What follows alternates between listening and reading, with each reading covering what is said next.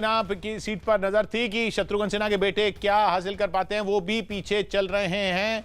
और वहां से नितिन नवीन जिनके लिए कैंपेन किया, खुद हमने देखा था रविशंकर प्रसाद ने काफी मेहनत की वहां पर, तो वो आगे चल रहे हैं। उधर केवटी में अब अब्दुल बारी सिद्दीकी पीछे हो गए आरजेडी के। चितरंजन जी, अब्दुल बारी सिद्दीकी साहब पीछे चल रहे हैं। चितरंजन जी से हमारी शायद हमारी आवाज नहीं पहुंच रही है वहां पर।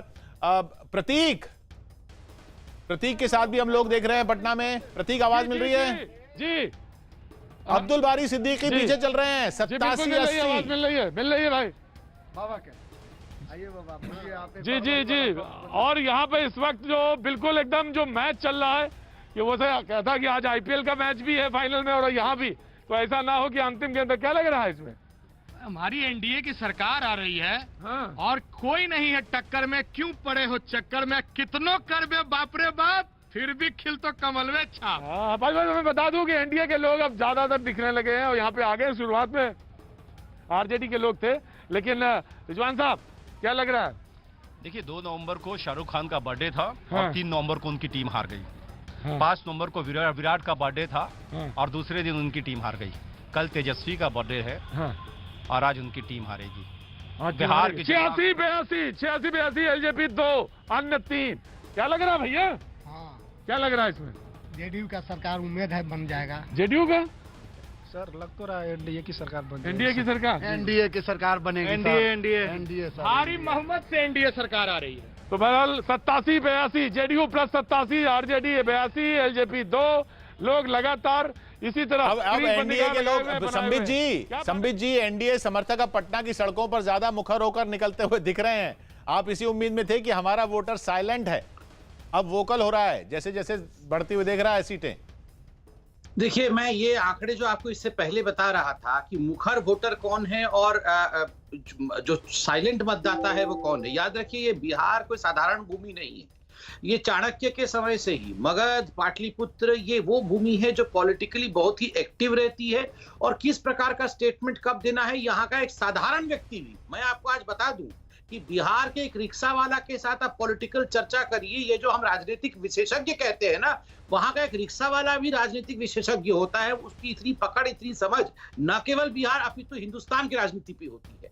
ये जो महिलाओं ने वोट किया है वहां पर, बढ़ चढ़ कर वोट किया है। और मैं आपको आंकड़े देता हूं, 141 सीट ऐसी हैं जिसमें 60% से अधिक महिलाओं ने वोट दिया है। और 11 सीट ऐसी है बिहार में जिसमें 70% से अधिक महिलाओं ने वोट दिया है।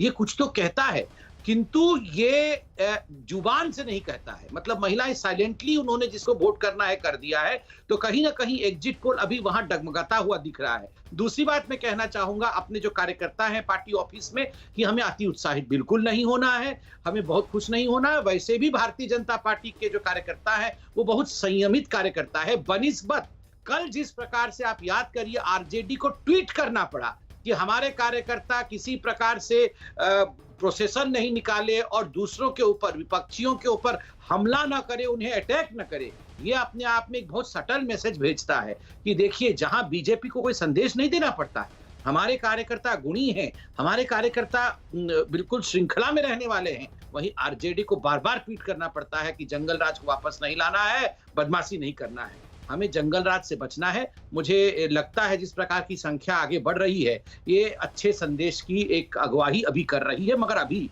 It is too early to call out the election. जी हाँ, 91 हो गया। आपके बोलते बोलते एकदम आप बोलते जाते हैं, एक एक सीट बढ़ती जाती है, बोलते जाते हैं बढ़ती जाती है, बोलते जाते हैं बढ़ती जाती है। अब देखिए 91 तक पहुंचा दिया आपने। मुझे आप बुलवाते रहिए, भले ही मैं यहाँ रामायण की चौपाई पढ़ूं या यहाँ गीता, भगवत गीता का पाठ करूं, बुलवाते जाइए, एक एक सीट बढ़ते जाएगा। ये जो एक एक सीट बढ़ रही है, ये वहां हमारे नेताओं के परिश्रम का फल है, अच्छे कामों का फल है। बाकी हम इंतजार करेंगे कि किस प्रकार ये रुझान बढ़ता है। और बार बार मैं कह रहा हूं कि इस बार काउंटिंग प्रोसेस बहुत डिलेड रहेगा। कोविड के बहुत स्ट्रिक्ट नियम है पोलिंग सेंटर पे, एक साथ बहुत सारी मशीनें खुल नहीं रही हैं, इसलिए इन पर हम अभी उत्साहित या हतोत्साहित ना हो, धैर्य धरे। 92 हो गया, 92-83 संबित पात्रा के पक्ष में, यूं कहूं मैं, एनडीए गठबंधन के पक्ष में 92-84 इस वक्त चल रहा है, 181। लेकिन एक बात बिल्कुल सही कि एग्जिट पोल और बाकी जो तमाम आकलन थे चुनावों के बाद जो कह रहे थे कि काफी मुश्किल में है सत्ताधारी गठबंधन, वैसी मुश्किल में बिल्कुल नहीं दिख रहा है सत्ताधारी गठबंधन।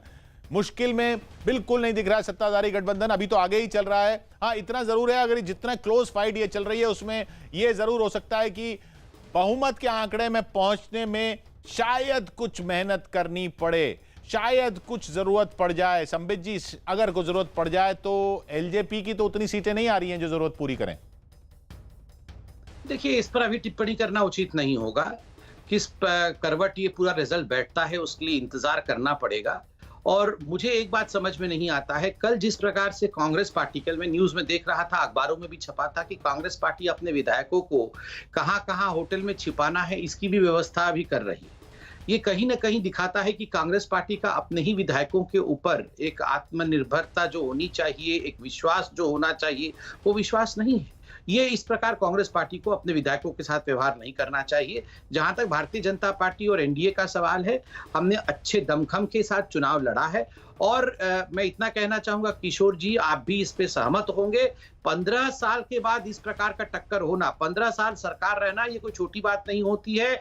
अच्छे से अच्छों का भी एंटी इनकम्बेंसी होता है, उसके बावजूद इस दमखम के साथ चुनाव लड़ना, जनता का आशीर्वाद प्राप्त करना और टक्कर में बने रहना लगातार, यह अपने आप में दिखाता है कि 15 वर्षों में सुशासन तो हुआ ही है बिहार में। मीम अफजल साहब हमारे साथ कांग्रेस के जुड़ रहे हैं।